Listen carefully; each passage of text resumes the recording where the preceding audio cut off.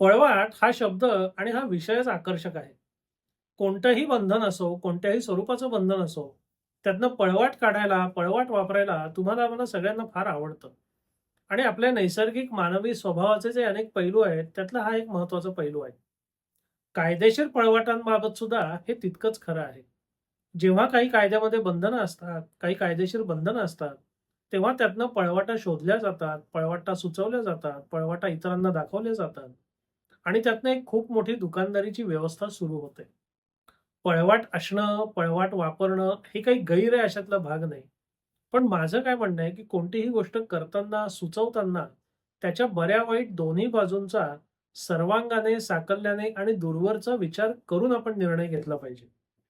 तुम्ही सगळ्या बऱ्या-वाईट गोष्टी समजून-उमजून जर एखादी पळवाट घेत असाल, त्याचे संभाव्य फायदे-तोटे तुम्ही समजून-उमजून पुढे गेला असाल, तर काही हरकत नाही.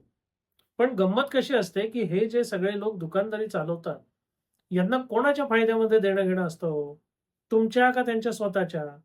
साहजिकपणे स्वतःच्या. मग ते त्यांच्या स्वतःच्या फायद्याकरता वेळेला तुमचं नुकसान जरी झालं, तरी त्याचा फार विचार त्यांना पडत नाही.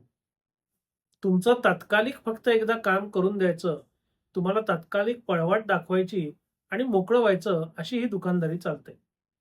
तुकडेबंदी कायदा आणि तुकडेबंदी कायद्यातनं पळवाट शोधण्याकरता एकत्रित खरेदी हा असाच एक मोठा विषय आहे.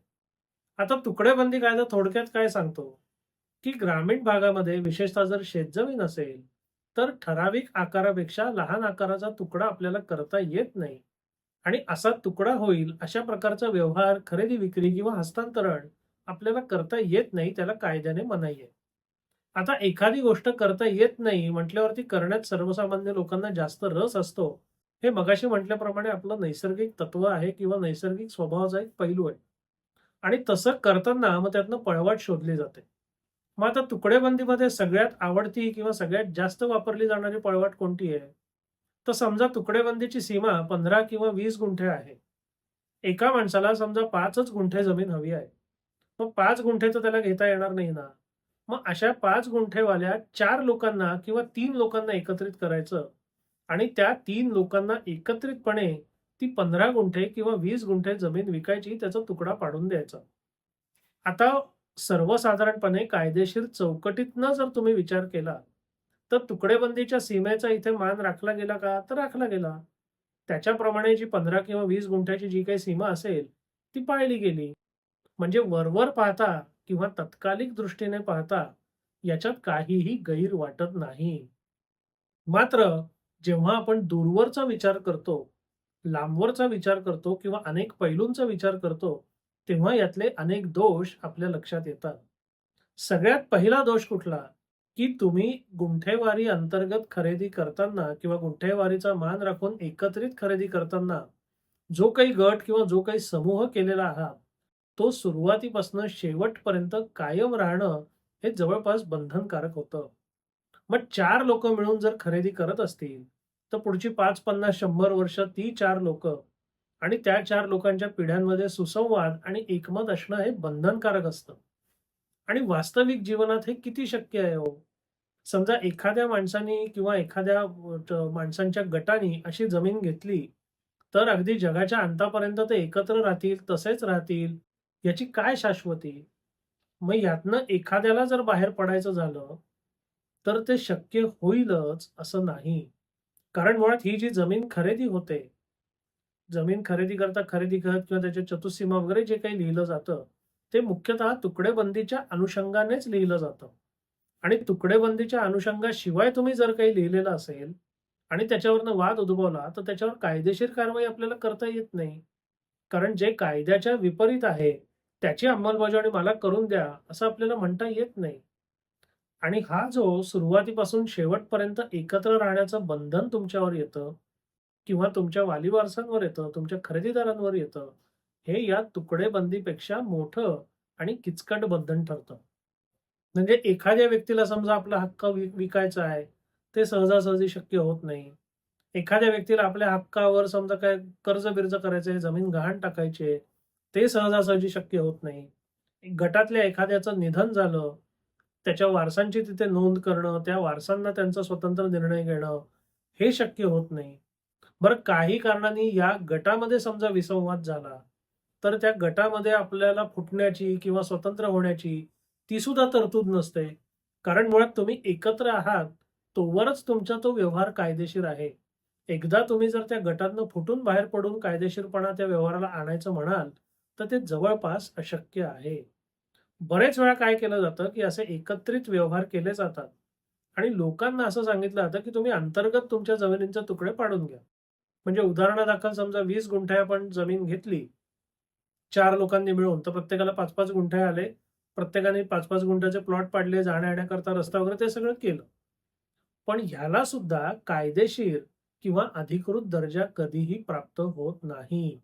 म्हणजे तुम्ही तुमच्या समझोत्याकरता जर ते 5-5 गुंठ्याचे तुकडे करून घेतले, तर त्याचा पोटहिस्सा करणं किंवा त्याच्या अनुषंगाने आपली स्वतंत्र नावं लावणं, थोडक्यात त्या तुमच्या 5 गुंठ्याचं स्वतंत्र कायदेशीर अस्तित्व कागदोपत्री सिद्ध करणं, हे जवळपास अशक्य बनतं. म्हणजे सुरुवातीला आपण पळवाट काढल्याचा जो आनंद साजरा करतो, तो कालांतराने आपल्या दुःखाला कारण ठरतो आणि हे मी अनेक प्रकरणांमध्ये बघितलेलं आहे. जिथे तुकडेबंदीचा जो अडसर आहे, त्याला वळसा घालून काही लोकं गटाने जमीन खरेदी करतात. त्यांची नावं लागतात. पण नंतर त्यांच्या अंतर्गत वादावाद होते. अंतर्गत खरेदी-विक्रीचे प्रश्न उभे राहतात. वारसांचे प्रश्न उभे राहतात. आणि ह्या सगळ्याला कायद्याच्या चौकटीमध्ये किंवा कायद्याच्या कसोटीवर कोणतंही उत्तर सापडत नाही. कारण तसं ते उत्तर नाहीच आहे. फार काही अपवादात्मक अशी प्रकरणं असतात, की जे खरेदी करताना जे गट झालेत, ते सुरुवातीपासून शेवटपर्यंत कायम आहेत. आणि तसं जर होणार असेल, म्हणजे खरेदी करता म्हणून तुम्ही जो गट केलाय, तो अनादी काळापासून अनंत काळापर्यंत जर एकत्र राहणार असेल, समझोत्याने सगळ्या गोष्टी होणार असतील, तर हा व्यवहार तडीस जाऊ शकतो. आणि जोवर याच्यात कोणाला खरेदी-विक्री, फुटून निघणं, गहाण किंवा वारसांमध्ये मतभेद या गोष्टी होत नाहीत, तोवर आणि तोवरच हे व्यवहार सुरक्षित किंवा बिनकटकटीचे राहतील. ज्या क्षणी तो गट फुटेल, गटांच्या वारसांमध्ये वाद होईल किंवा गटातल्या प्रत्येकाला काहीतरी वेगळ्या भावना निर्माण होतील, त्या क्षणी तुमचा हा व्यवहार तुमच्या त्रासाला कारणीभूत ठरेल. पण हे सगळं तुम्हाला सांगितलं जात नाही. तुम्हाला फक्त काय सांगितलं जातं, की "अहो तुकडेबंदी आहे ना, अच्छा आहे. त्याची काय काळजी करता? आपण असं करू ना, तुम्हाला 5 गुंठे नको, पण तुम्हाला 4 लोकांना मिळून 20 गुंठे घ्या आणि आपापल्या 5 गुंठ्याचं काय ते करा." पण हे काय ते करा जे आहे ना, ते अधिकृतपणे कधीच तुम्हाला करता येणार नाहीये. हे दुकानदारी चालवणारे कोणतेही लोक तुम्हाला सांगणार नाहीत. कारण तेच जर सांगितलं, तर ते त्यांच्या दुकानदारीच्या विपरीत आहे. ते कसं करतील?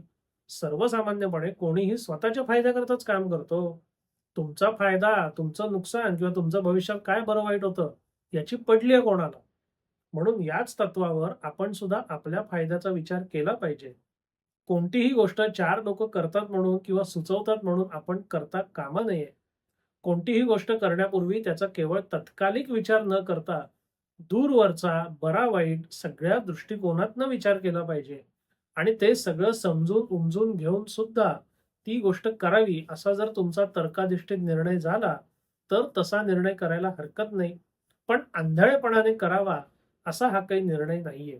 म्हणून कृपया असे कोणतेही निर्णय किंवा व्यवहार आंधळेपणाने करू नका. तेच तुमच्या भल्याचं ठरेल.